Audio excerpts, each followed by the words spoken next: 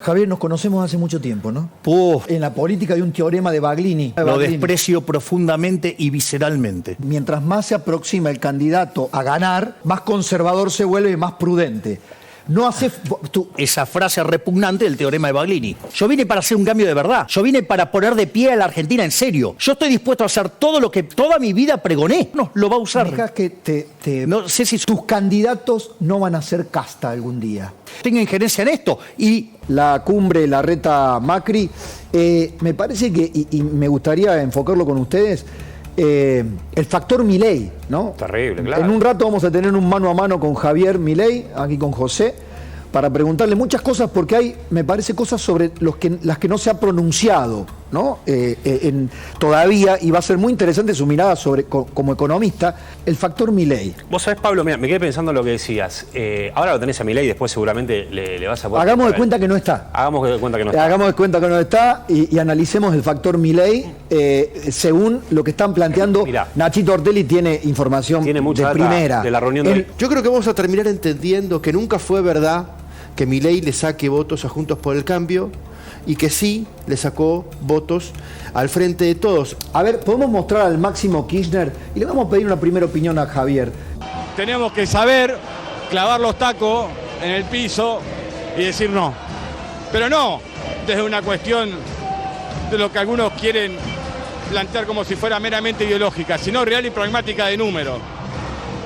El acuerdo era malo. Y esto lo saben todos a lo largo y ancho del país. Entonces creo que nosotros tratamos con la mayor de las honestidades. Quizás algunos pensaron que se trataba de una disputa política. Y acá lo cierto es que Argentina tiene una curva de vencimientos por delante que agobia y estresa sus cuentas. Pero lo peor de todo es que hay una sociedad que nos reclama más patrulleros, más cámaras, más hospitales, pymes que nos están reclamando los dólares de importaciones para poder completar las cadenas de producción. No es fácil, no es en un día. Pero cuando realmente a veces pudimos haber torcido en favor de la gente, por diferentes motivos no se hizo, y es lo que hay que hacer. Y si alguien se enoja, vamos a elecciones y la sociedad define. Una primera impresión. Javier, ¿cómo estás? Buenas noches. ¿qué tal? ¿Cómo están todos? A ver, muestra la enfermedad que tienen todos los políticos argentinos. Les parece que el acuerdo, él rechaza el acuerdo del fondo por duro. Y en realidad el problema del acuerdo con el fondo es que es hiperlaxo. Y las consecuencias las estamos viendo ahora, ¿no? En un ratito vamos a hablar sobre lo que está haciendo en materia económica el kirchnerismo. Sergio Massa, bueno, estoy esperando, en un rato le preguntamos a Javier cómo ve este derrotero. ¿Se acelera? Antes era Massa llega. A ver, estoy tentado. ¿Se acelera el proceso? ¿Massa llega? ¿El gobierno llega sin un accidente macroeconómico a fin de año, Javier? El accidente macroeconómico está transcurriendo. Lo que ha pasado con lo que han hecho con el Fondo de Garantía de Sustentabilidad, si estuviera en manos del sector privado, eso sería un default selectivo y sería la carta abierta para espiralizar una huida de los activos domésticos y encontrarnos frente a la hiper que tiene todos los condimentos para estar. O sea, es un manotazo que, como no está en el sector privado, es un manotazo al sector público y pareciera que está camuflado porque está dentro del sector público. Los bancos me decían esta semana, José, no, pero es un problema del sector público, no nos miren a nosotros, decían los bancos. No, nosotros no le estamos sacando la plata a los jubilados, es el Estado. Exactamente, ese es el punto. O sea, vos lo que tenés ahí es que, de vuelta, si los fondos de pensión estuvieran en manos del sector privado, ¿sí? Cosa que no le molesta ni a un lado ni al otro de los políticos, claro. Sería un default selectivo. ¿Y ahora? Y ahora están dadas todas las condiciones para que Argentina vuele por los aires. Digo, por algo vos tenés, digamos, aumentando continuamente la tasa de inflación. La tasa de inflación se viene acelerando. Esa es la contrapartida de que vos tenés un exceso de oferta de dinero enorme. Y es porque te está volando la cantidad de dinero desde el lado de la oferta, te vuela la demanda de dinero se te está desplomando. Y además tenés un problema con el financiamiento de los pesos. O sea, tenés una inundación de pesos y bueno, eso inexorablemente va a impactar sobre digamos, el nivel de precio. Digo, ¿qué es lo único que conoce digamos, los políticos brutos argentinos, de un lado y del otro? Garrotazos en la cabeza al sector privado para bajar la demanda de dólares. No se dan cuenta que el problema es un problema de exceso de oferta de pesos. Bien, ya vamos a hablar. Andrés, te puedo mostrar un material de hoy, que un poco retrata la posición en donde lo está poniendo el propio kirchnerismo, Alberto Fernández. Bueno, Javier, oficialmente ahora bienvenido. ¿Qué tal? Un gusto estar aquí. Y, a ver, decime cómo está manejando tu inteligencia emocional. ¿Le pregunto o no le pregunto? Me dijo algo cuando estábamos por aquí que lo saludé. ¿Podés decir cuándo crees que te dan las encuestas o cuánto dan tus encuestas? No son mías, son de los demás y las ocultan. Ajá. Digamos, ¿Cuánto crees que estás midiendo ciertamente hoy? Vos. lo que se filtra es que estamos midiendo 25% intención de voto A nivel nacional. a nivel nacional. Bueno, vamos a hablar de lo político, pero decime qué ves en este manotazo de Massa a los entes públicos, en este canje de bonos muy técnico, pero para explicárselo al gran público. Viste que ahora te sigue un público multitarget. ¿Cómo se lo explicás? Yo le diría que hay dos problemas. Uno es de características estructurales y otro de coyunturales. Y no nos tenemos que perder en las características de lo coyuntural. Lo primero que hay que entender es que a tantos que le gusta hablar de estafa piramidal, el sistema previsional es una estafa piramidal. Cuando se creó inspirado en una idea de Bismarck, ¿sí? De von Bismarck, que era, te ofrecían una jubilación a los 65 años cuando tu expectativa de vida era 45. Sí. O sea, ¿me comprendés que ahí había una estafa? Y eso los políticos lo usaron como caja. Digamos, nosotros tenemos un gran experimento populista con eso, ¿no? Y eso alimentó al populismo.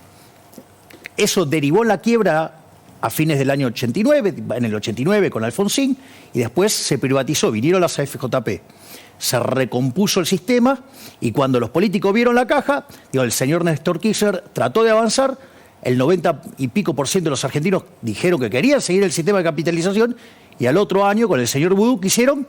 Nos robaron los fondos. Esto es muy importante porque los políticos argentinos son saqueadores, son ladrones, o sea, sistémicos, o sea, a lo largo de la historia, 100 años de saqueo. Entonces, cada vez que vean un ahorro, te lo van a robar. Por eso nosotros siempre hemos defendido un sistema donde vos te haces cargo de tu jubilación, un sistema de capitalización y que sobre todas las cosas esté offshoreizado. ¿Para qué? Para que los políticos no puedan meter la mano en tu dinero. Que realmente sean intangibles, decís vos. ¿Cómo lo logras? Bueno, lo offshoreizás justamente. Entonces, sacás los fondos afuera. Claro, obvio. Y que no los puedan tocar, obviamente. Como hizo Kirchner. No. Sí, con la de él. Como hizo Como la que hizo Kirchner con la de él. Santa Cruz. Los fondos de Santa Cruz. Sí, claro. Santa Cruz. Sí, que después, no apareció que los nunca. manejó como si fuera la de él. Exactamente, pero que después nunca aparecieron. Sí. Pero vos fíjate, entonces cuando vos haces eso, es impresionante porque los políticos no podrían manotear esto. Eso es lo que tenemos que tener en cuenta, la cuestión estructural. Y al momento de decidir si vos querés ir por una solución donde no le vas a joder la vida a la gente de bien y en la que los políticos te pueden meter la mano, tanto el Frente de Chorros como Juntos por el Cargo, ahí están de acuerdo. Javier, Punto uno.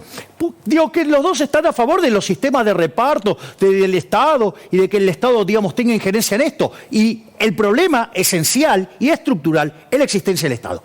Dado que ahora existe esa basura llamado Estado, sí, que en realidad son un conjunto de políticos delincuentes que nos roban el fruto de nuestro trabajo, donde solo progresan ellos y nos arruinan la vida a nosotros, esto es muy interesante.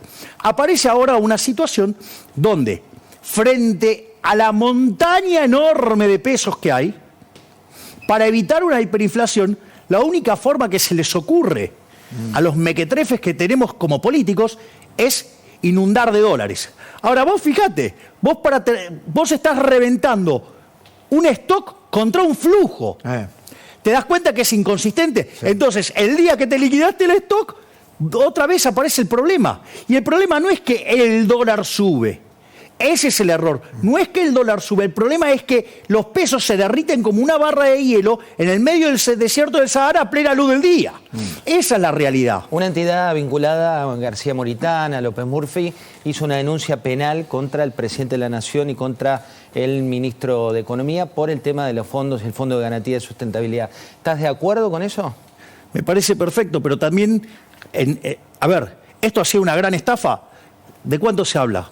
¿12.000 millones de dólares? ¿Y alguien no va a hacer una denuncia a Duhalde y a toda la banda esa que especificó? ¿Vos sabías que en ese momento las reservas argentinas respaldaban los pesos? No sé si ustedes se acuerdan que decían convertibles de curso legal. Sí, claro. La inflación de Estados Unidos desde ese momento hasta ahora fue el 70%. Con esos 14.000 millones de dólares, hoy estaríamos hablando de 23.000, 24.000 millones de dólares. Es decir, fíjate cómo sistemáticamente los políticos te roban. Es decir, en aquel momento nos robaron quitándonos los pesos, quitándonos los respaldos que tenían esos pesos y nos metieron papelitos de colores.